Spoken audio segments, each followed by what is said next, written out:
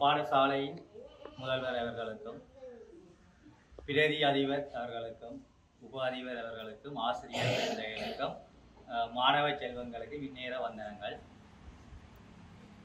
மனதை எப்படி நிம்மதியாக வச்சுக்கிறது என்றது தொடர்பான ஒரு நற்சிந்தனையை தான் நான் கூற போகிறேன். இப்போ அதுக்கு ஒரு சின்ன கதை ஒன்று இருக்கு. இப்போ அந்த கதையை வச்சு கொண்டு நாங்கள் எந்த நேரமும் எப்படி மகிழ்ச்சியாக இருக்கிறது.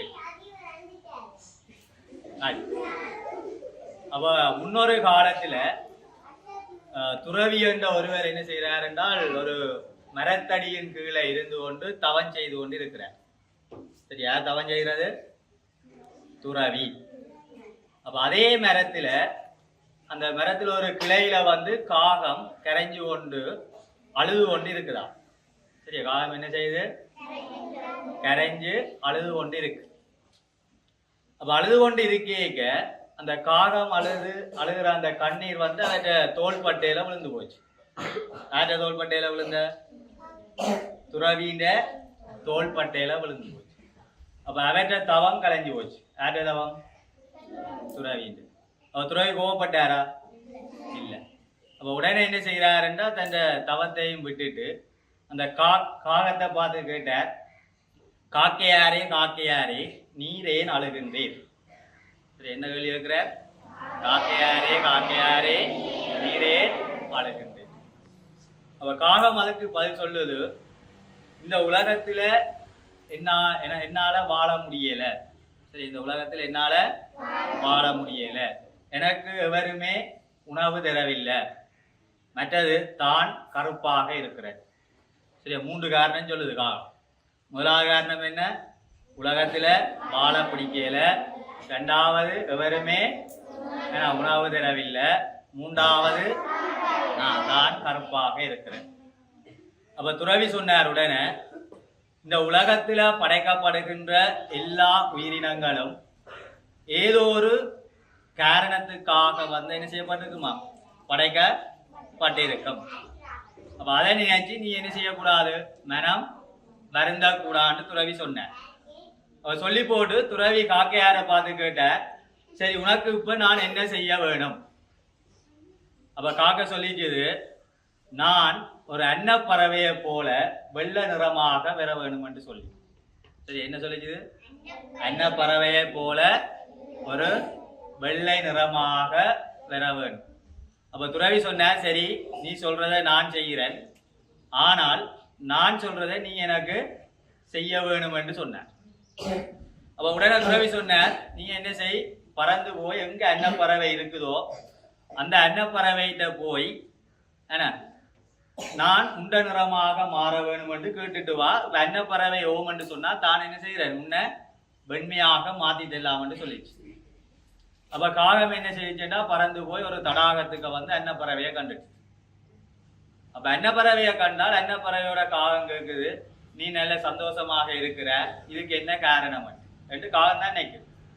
அப்ப அன்னப்பறவை சொல்லுது, நான் வெளியில வெள்ளதான் இல்லையன்னு இல்லை, ஆனால் எனக்குள்ள வருத்தம் உனக்கு தெரியாது. நான் இப்ப சந்தோஷமா இல்லை, ஆனா என்னை விட வேற பறவைகள் என்ன மேல அழகாகவும் இருக்கும், சந்தோஷமாகவும் இருக்கும், அந்த பறவைகள்கிட்ட போய் நீ கேளுன்னு காகத்துக்கு சொல்லிச்சு. அப்ப உடனே அன்னப்பறவை சொல்லிச்சு, அப்படியான பறவை எதுன்னு. எந்த பறவையா இருக்கும் அடுத்தது? கிளி. ஏன்னா அடுத்த பறவை எது? கிளி. அப்ப கிளி என்ன நிறம்? பச்சை. அப்ப அது பசுமையான ஒரு நிறத்திலே இருக்கு. அப்ப காகம் நினைக்குது என்ன தன்னை விட அது நல்ல மகிழ்ச்சியாக இருக்குது என்று சொல்லி காகம் சொல்லுது இருக்கு கிளி. அப்ப கிளி சொல்லிச்சு, நீதான் அப்படி நினைக்கிற, ஆனால் எனக்குள்ள வேதனை வெளியில ஒரு இருக்கும் தெரியாது என்று சொல்லி கிளி சொல்லிச்சு. அப்ப திரும்ப காகம் கேட்டது, அப்படி என்றா வேறு ஏதாவது பறவை இருக்கும்னு சொல்லி.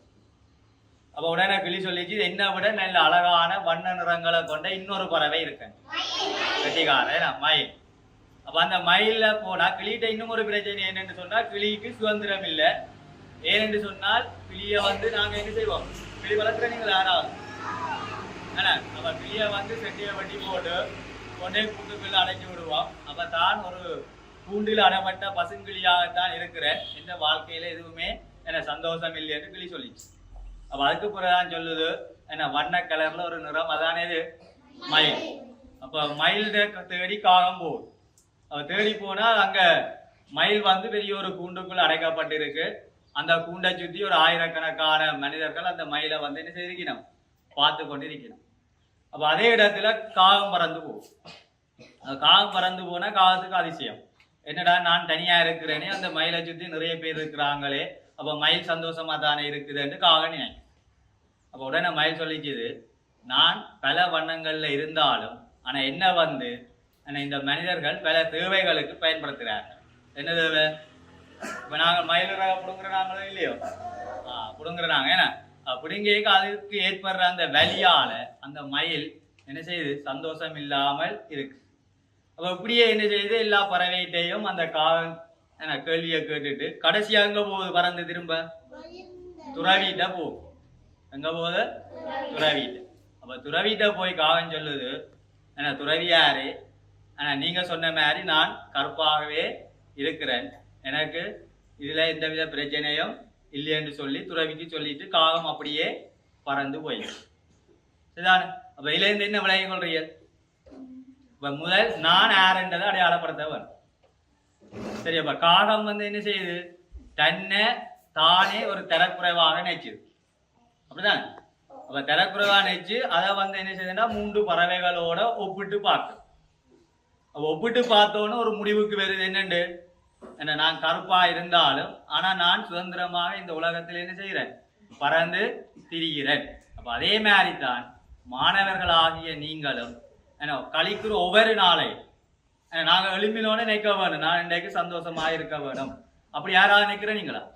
இப்ப பள்ளிக்கூடத்துக்கு வந்து நான் மகிழ்ச்சியாக இன்றைக்கு படிக்க வேணும், யாராவது நினைச்சு கொண்டு பள்ளிக்கூடம் வர நீங்க அப்படி ஒவ்வொரு நாளும் நீங்க நினைச்சு கொண்டு பெரியவியலா இருந்தால் என்ன உங்களோட குழப்பங்கள் எல்லாம் என்ன செய்யும், மன மகிழ்ச்சிகளாக மாறும். சரியா? அப்படி மாற வேண்டும் என்று கூறி விடைபெறுகிறேன். நன்றி, வணக்கம்.